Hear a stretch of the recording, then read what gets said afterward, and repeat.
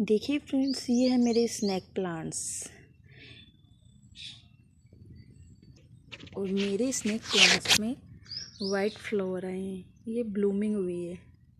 बहुत ही rare case में snake plants में ब्लूमिंग होती है।